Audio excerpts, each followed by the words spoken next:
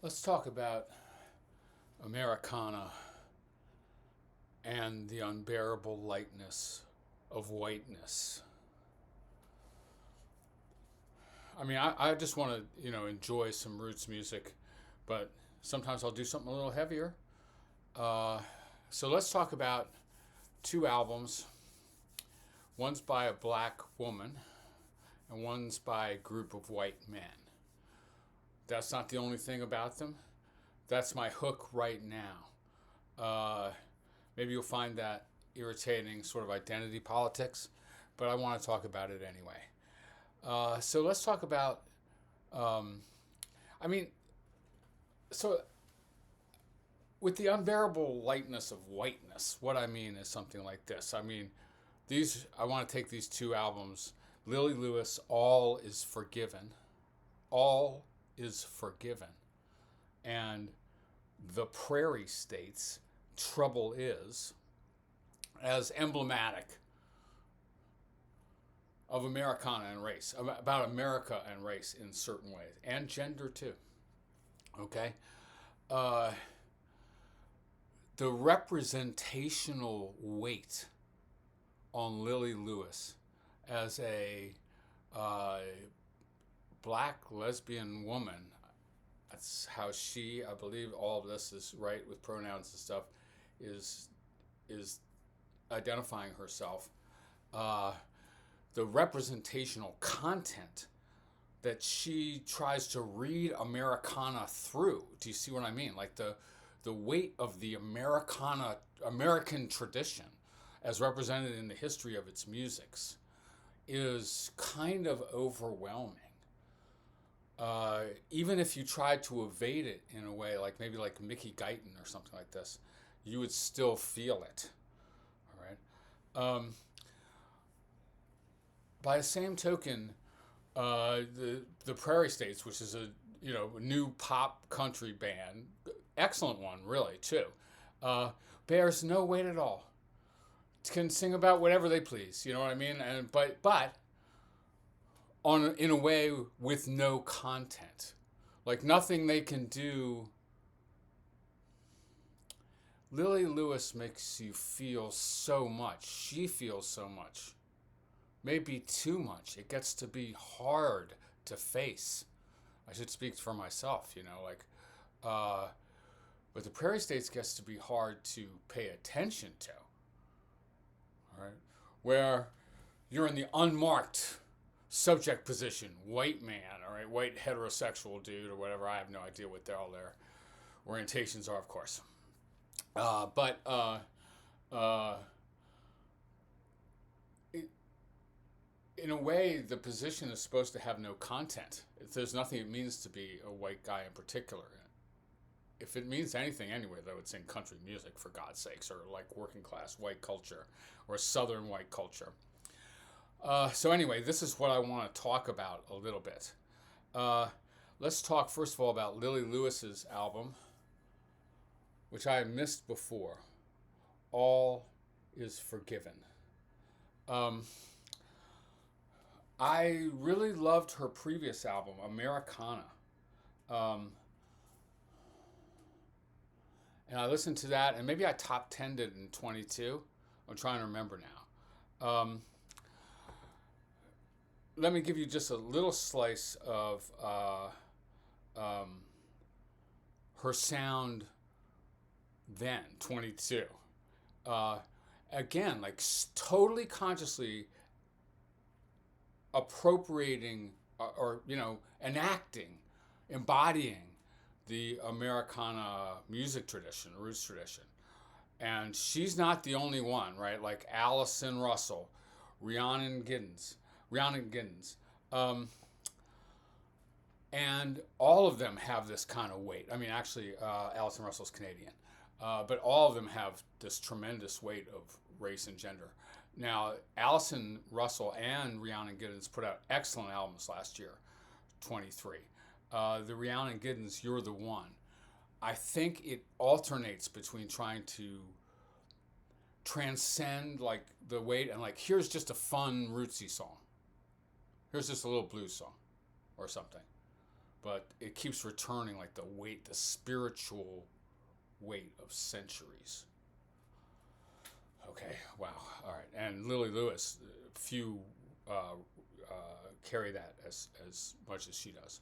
All right, so here's Copper John from Lilli Lewis's previous album, Americana.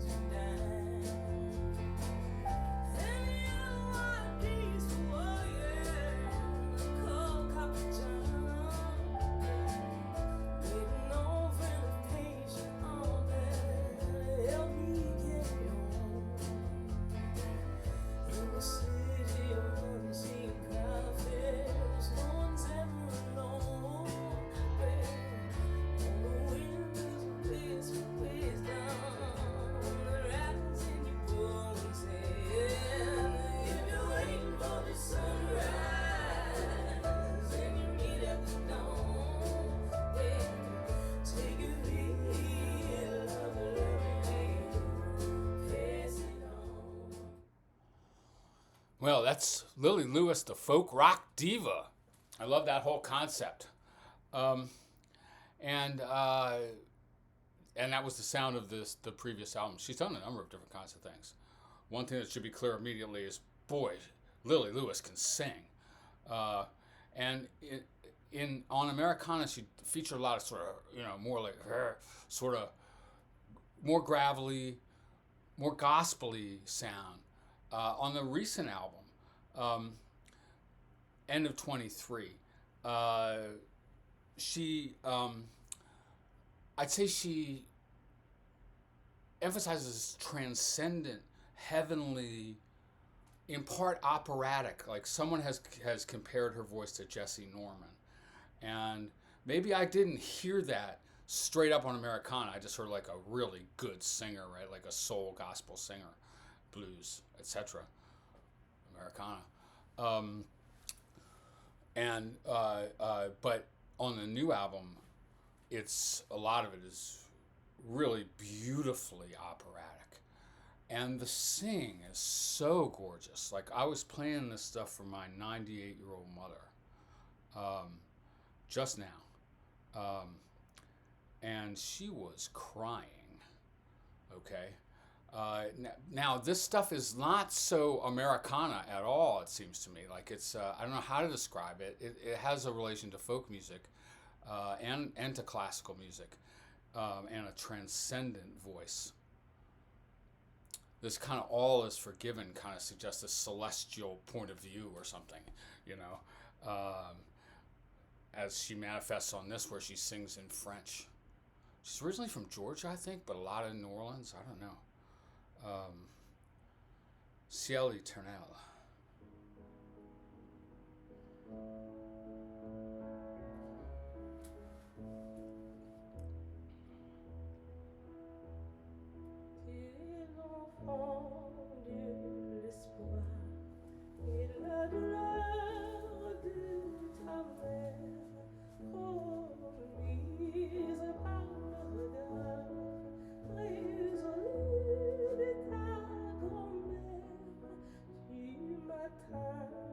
Jusqu'au soir.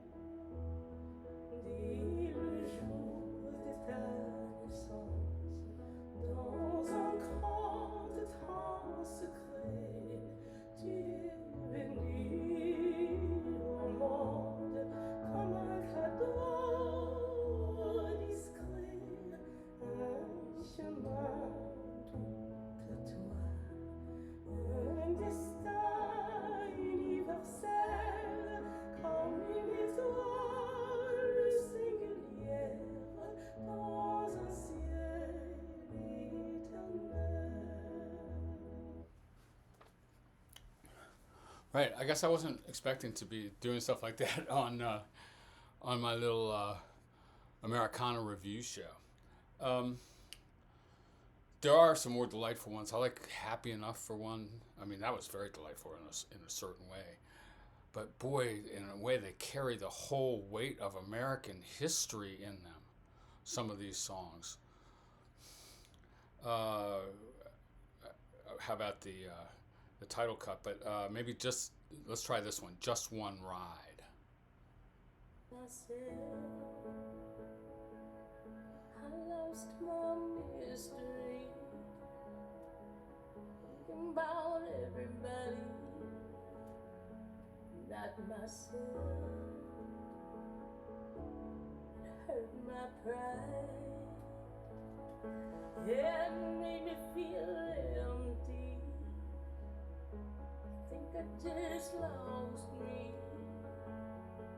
without my pride. Just a disease I was born with. Told me never regret being kind. There's nothing new. Feel foolish at the end of the line. We've only got one life, given only one chance to become who we're gonna be. Join the dance. We only need one name. We try to be this one heart. We keep hurting each other at the end of the line. Baby, it's just one ride.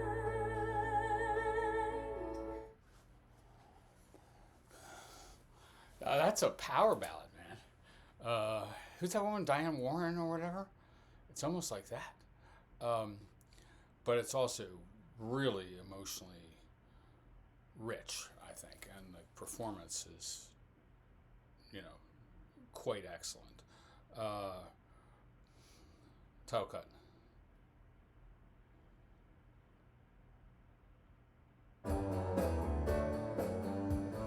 Different vibe. Sort of 70s pop vibe. She does a lot of different things. Temptation Eyes, maybe? I'm hearing?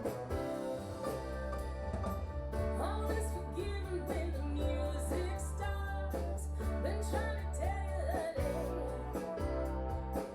all is forgiven when the drum beats hard. Count off and earn your money. You spend your whole life taking everything, passing the blame.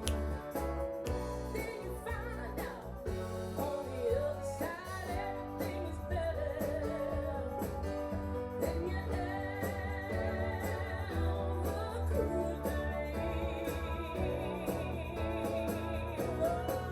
All is forgiven. All is forgiven, baby. All right. But she has a lot to forgive, I think, probably. Not that I'm the person to tell her that, I suppose. Or, yeah. So, what do you do when you don't quite have all that burden of history? Like, would you have the burden of the history of country music, maybe, like Hank Williams Jr. to Morgan Wallen or something like this, to deal with. You have the burden of having topped out as your high school quarterback in a small town in Texas or whatever, right? Like white people problems is what you've got, all right? And I just feel like Prairie States is a good representation of this. I mean, there's some heavyweight country music by white men, of course, extremely, but this is more like perfect pop country for now. And it's quite traditional in its way. I mean, it's traditional enough that I don't hate it. They don't even use like sort of electronic beats and stuff like that the way Wallen does, or even Jelly Roll.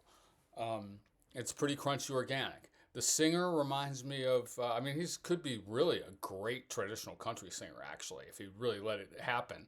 Uh, the band reminds me of Midland a little bit, which is one of my favorite bands of the last few years, as a lot of trad country fans, I guess.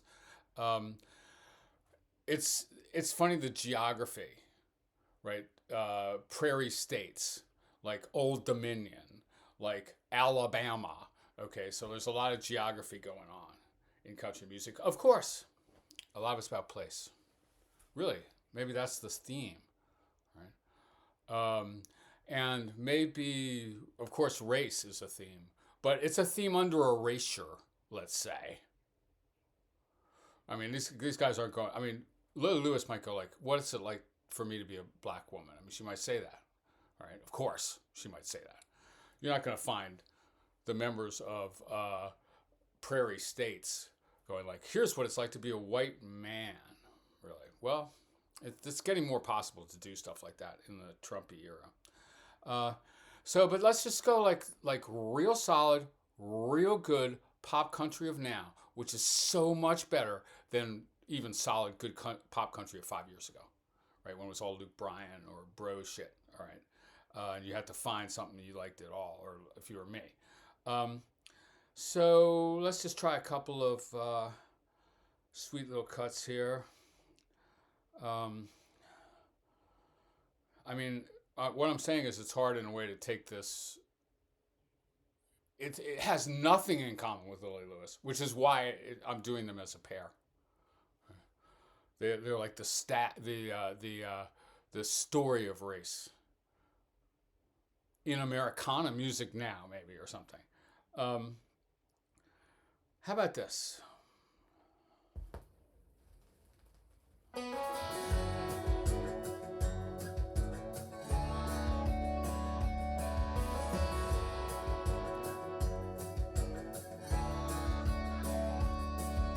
Slip off the safe and put the needle down. Get a little lost in that Nashville sound. Close my eyes and lean back on the couch while the world just goes to hell. Everyone's got their own religion, oh way of keeping faith, and I don't care what it is, as long as it gets you saved. For me, it ain't no church pew or a bedside Bible. I swear on a stick of vinyl. Yeah, so I mean, it's country music about country music. It's a real typical theme. I love that song, actually. You know, I'm not saying this isn't a good record because that's why I'm talking about it. It is a good record. If you happen to be listening to it back to back with Lily Lewis, you go like, they're doing something completely different with music. I mean, these guys are just trying to make you smile and, you know, turn the radio dial till you hit the song again. But that's not what Lily Lewis is doing. She's carrying the weight of history into the future in some way, forgiving it or embodying it or struggling with it. The same history, maybe, in some sense. This is a pretty steady, good album. 10 solid, pop country, trad pop country cuts. I like this one especially. If Her Heart Was a Place. She could have been a beach somewhere on the coast. She could have been a river, the way that she flows. Seems like you won't be able to avoid this on the radio if they would just release it. She could have been a field, a little patch of trees, the way that she bends and sways in the breeze. If her heart was a place, it would be a little town where lucky men goes to settle down, where forever means forever and hearts never break. If her heart was a place, it would be heaven on earth, a little honky tonk and a